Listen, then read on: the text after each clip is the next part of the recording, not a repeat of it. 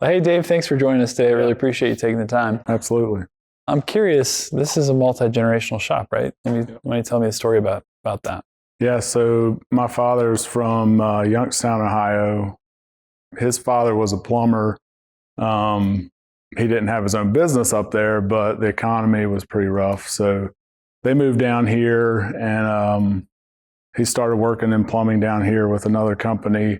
So I think that was in 1980, and then started looking to go out on his own. So 1988, he opened the doors here and worked a long career, worked hard, built a great reputation, and he retired in 2017, and I've been running it ever since. And hopefully can do the same thing in another 30 years and pass it on to one of my kids.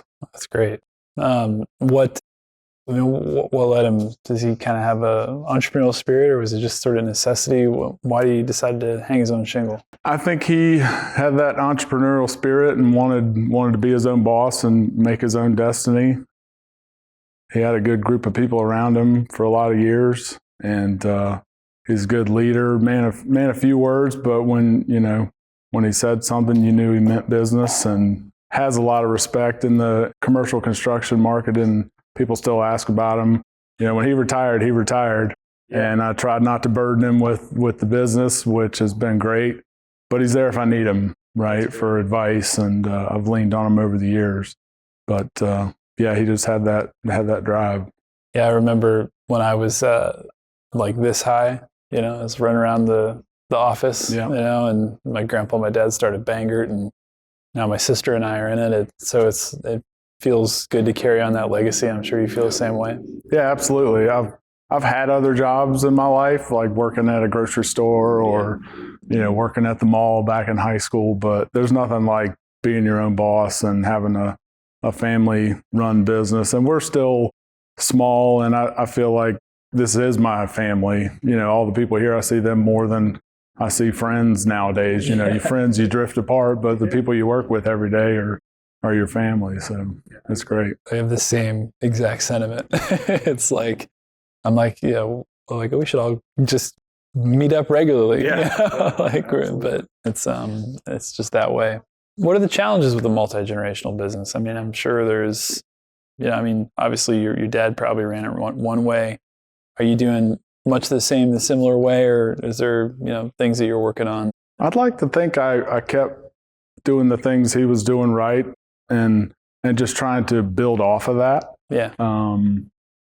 I think a hard thing for me coming in, because I worked in the field for a lot of years, and eventually making my way up to be everybody's boss, I didn't feel like I was. They were still the plumber, and I was their helper from growing up. So that dynamic of the older generation and me coming in and running things it had its tough moments, but I think everybody understands where we're headed now, and it's been a good transition, and you learn a lot from that experience too, right? Like that, working from, because when I was this tall, I was stuffing envelopes and statements and, doing odd jobs around, I think both my sister and I cleaned the office in high school, and, just learning the fundamentals of the business too along the way. And you kind of have to start there before you can, feel like you can absolutely take control, right?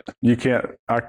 If I would have, say, gone to college and gotten a business degree and come in and said, I know how to run a business without ever working in it, it would have failed miserably, right? You have to be willing to do anything that anybody else, the lowest guy is going to do. So I've always tried to live by that,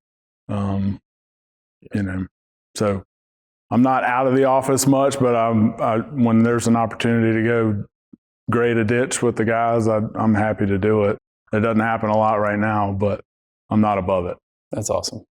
Sage Intacct is probably part of those plans of build upon, right? I assume. Yeah. And you talked to Justine about that a little bit.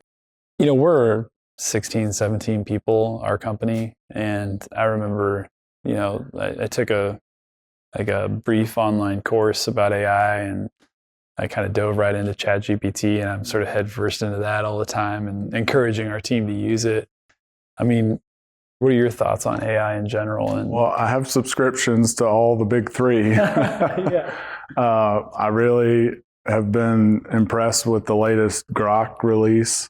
Yeah. And the deep research. Yeah. You have to understand you go in knowing it's not always 100% accurate, but just to get the juices flowing on ideas and how to work through certain things, I think it's been great, and like I said, it has helped with some stuff that maybe you guys don't necessarily have in your deployment videos, but I'm like, can it do this? And I've asked AI, and I haven't gotten all of them to work through, because you know how when you're on a page and your browser header just says your company name. Sure. I was wondering, can I get it to say I'm in payables or cash management? And yeah, Grok was trying to walk me through it the other day, but it involves some coding, and I'm definitely not good at that. So, but yeah, I definitely am looking to leverage it more and more. Yeah, and I think it's especially for smaller companies, like I think Justine mentioned in her video too. But when I see it from a contractor standpoint, I see it as very much, hey, this can do some things that before I might have to pay somebody, outside of the firm to do. But I think the real value in it too comes from, when we're starting to then weave it throughout our processes and the things that we do. And, I think we'll see that more and more as literally the months go on or the weeks go on, because next week AI could totally change and be completely different. They're all investing a lot of money and time right now. So yeah, it's cutting edge, it feels like. So